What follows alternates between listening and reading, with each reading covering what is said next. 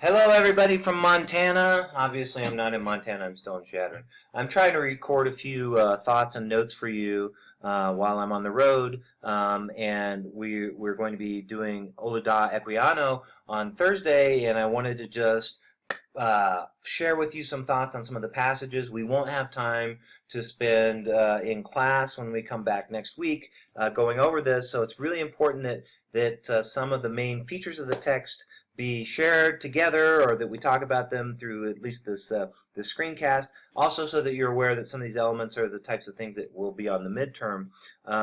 Equiano is an interesting figure. Unfortunately, he is one of the first writers to present a very unique American art form. You'll see in my lecture notes here it says, "Is this literature and is it American literature?" Well, unfortunately, the slave narrative is a completely American. The modern slave narrative from the transatlantic slave trade, that is ours. That is something that comes out of a unique circumstance of the forming of our country, which we've talked about at length. And we should be cognizant of the fact that there's some question about Equiano's origins.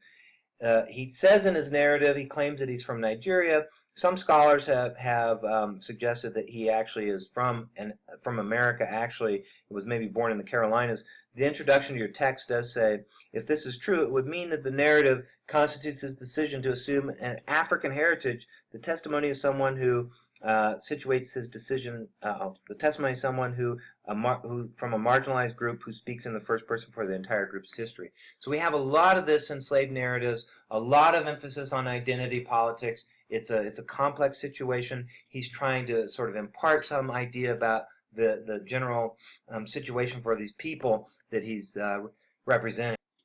I apologize for that. I had to sneeze. Okay, so let's get into the reading. I'll just point to a few passages. There's not enough time to go over all the text, but I do want to point to a couple of things that are really prominent. Notice at the beginning, from the interesting narrative of the life of Olida Equiano, or Gustavus Vassa, the African, written by himself. Two features that you see right away. A lot of trading around on identity here. He takes several different names throughout the narrative. We'll see this later in Frederick Douglass, where that's kind of the element or the idea that you are not a person that has any sort of autonomy. You are controlled by others, and you're even named, your identity is given to you by others. And then there's this element of the narrative that must be written by himself. Look at this introduction in chapter 1.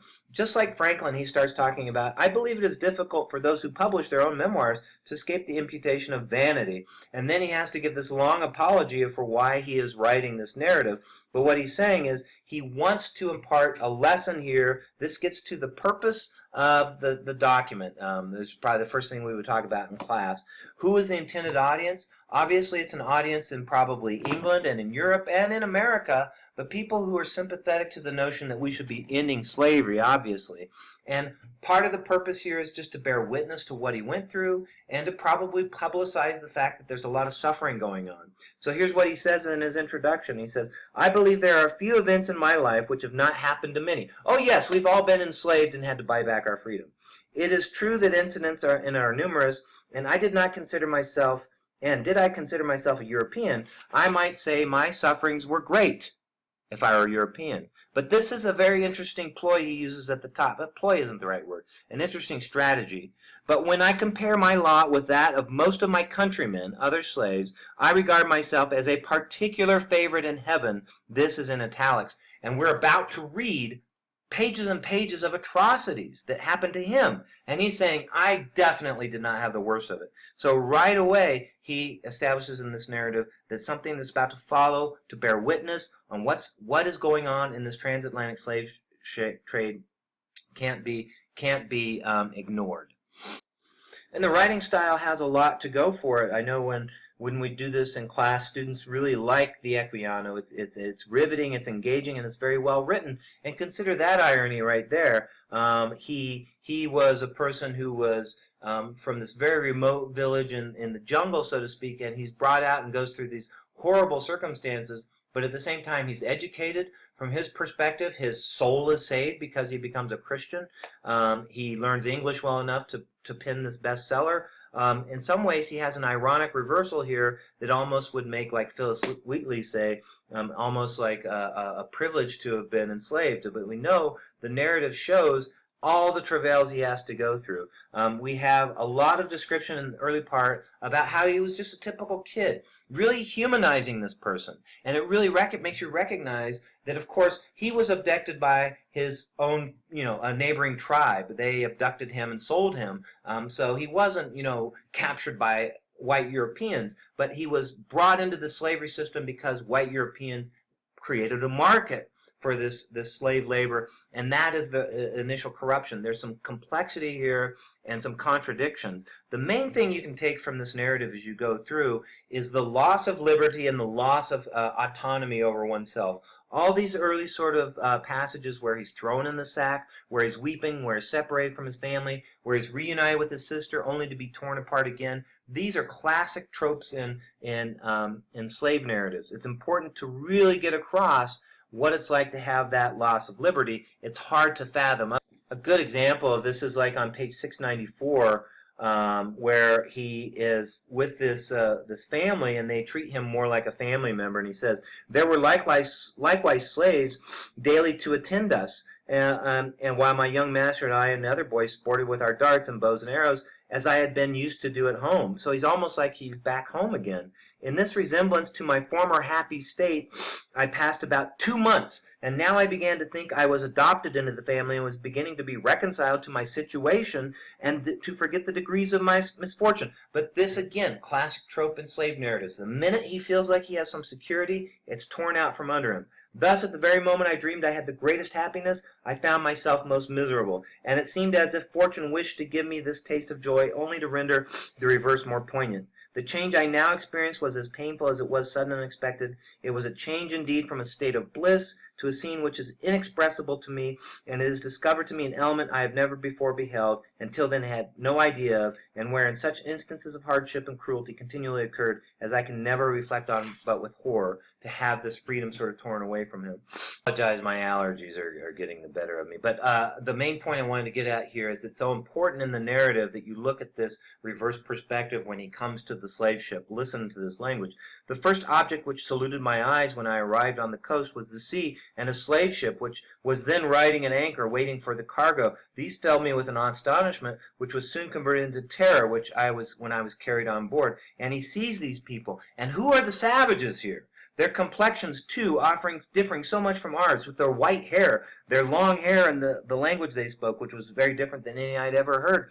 There's this large furnace in the middle of the ship. He wonders, are they going to cook us and eat us? These are the sort of stereotypes and tropes we associate with the savages of the jungle, the cannibals. And here we see this reverse image. You got to imagine that Equiano is doing this on purpose for his audience so that they can try and have some sort of sense of what it was like to be in his perception. He says, "When I recovered a little, I found some black people about me who I believe were some of those who had brought me on board," people who literally sold him into slavery, "and had been receiving their pay. They talked to me in order to cheer me, but all in vain. I asked them if we were not to be eaten by those white men with horrible looks, red faces, and long hair, and they said, 'No, here, just drink some liquor, you'll be okay.'" And this begins the next part of the narrative that is so famous for Equiano, where he describes the middle passage. And if we were going over this text in class, we would spend a lot of time looking at the imagery. It's just terrible imagery of people dying, of people being treated savagely, of people being, preferring to jump overboard in chains and drown rather than to be stacked up in this congested sort of sense. And it's just so grotesque. He says, "They gave me to understand we were to be carried to those white people's country to work for them. I then was a little relieved and thought if there were no worse than working, my situation was not so desperate. But still I feared I should be put to death. The white people looked and acted, as I thought, in so savage a manner. For I had never seen among any people such instances of brutal cruelty, and this not only shown towards us black, but also to some of the whites themselves." So he goes through all these examples of this terrible treatment, people, lying about in their own waste, getting sick, falling into these buckets of human feces. It says the smell, the middle passage is what's being described here. It's a classic middle passage narrative that tries to impart the terribleness of this. And then they're brought finally to land, and they land, and we encounter another important trope in the slave narrative, the slave auction. And he describes families being torn apart, and he says this is a very early slave narrative, which has become a common trope in these types of scenes that we see. And if you've seen 12 Years a Slave, if you've seen Django Unchained, any of these narratives of late, you'll note that this is a pivotal scene. And here's what Equiano says, appealing to Enlightenment ideals, appealing to the religious ideals of his audience. He says on page 699, "O ye nominal Christians," that is, you hypocritical Christians, you Christians in name only, "might not an African ask you, learned you this from your God, who says unto you, do unto all men as you would do unto them, have them do unto you? Is it not enough that we are torn from our country and friends, to toil for your luxury and lust of gain? Must every tender feeling be likewise sacrificed to your avarice? Are the dearest friends and relations now rendered more dear by their separation from their kindred, still to be parted? We're only in this group, all we have is our family, we're in this terrible circumstance, and now we're on land, and you're going to tear us apart even more? You're going to separate families when there's one small comfort of being together and mingling with the sufferings and sorrows? Why are parents to lose their children, brothers their sisters, or husbands their wives? Surely this is a new refinement in cruelty, which, while it has no advantage to atone for it, there's no reason to do this. This actually goes against your business principles. Thus aggravate distress and adds fresh horrors even to the wretchedness of slavery." He really pins us down on this flaw in our Enlightenment ideals, one of the major tarnishings of what was going on in this period for Americans. Once he's in America, he has a complicated series of owners.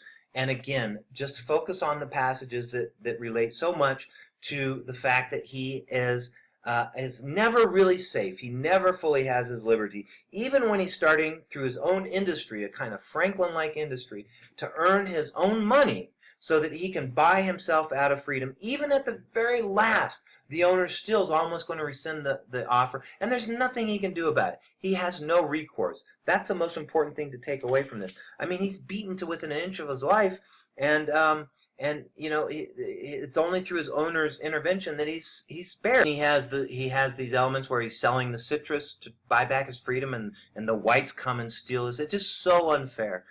There are a couple of other passages here at the end that you need to pay some attention to. On page 718 to 719, there's a depiction of the George Whitefield preaching that Wheatley talks about in her own poetry, and some of the religious reawakening. And then at the end, when he is buying his own freedom, he comes to his owner and he says, "I've got my money," and his owner's like, "Well, I didn't think you'd actually be able to buy your freedom back. I don't think I'm going to do it." And luckily, another person intercedes and says, "Come, come, my worthy captain," clapping my master on the back. This is on page 720. "Come, Robert, I think you must let him have his freedom. You have laid your money out very well. You have received a very good interest for it all this time. And here now is the principle at last. You're going to have to live up to your word." Imagine that.